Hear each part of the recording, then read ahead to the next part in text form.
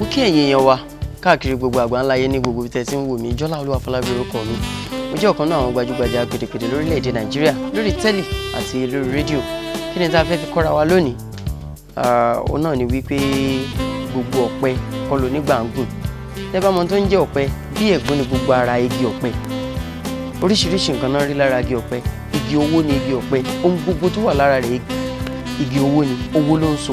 Ṣùgbọ́n ní ọ̀pọ̀lọpọ̀ ọgbà onígbà lẹni tó ń gun igi ọ̀pẹ, yálà ó fẹ́ lọ dẹ́mu ni àbí ó fẹ́ lọ gé ẹ̀fọ́n. Ṣùgbọ́n ní ọ̀pọ̀lọpọ̀ ọgbà gbogbo ọ̀pẹ kọ́ ló ní gbàǹgùn.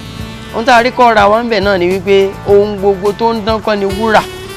Ohun gbogbo tó wúlò náà kọ́ ló wúlò fún wa. Ohun gbogbo tó dáa kọ́ ló dáa fún wa.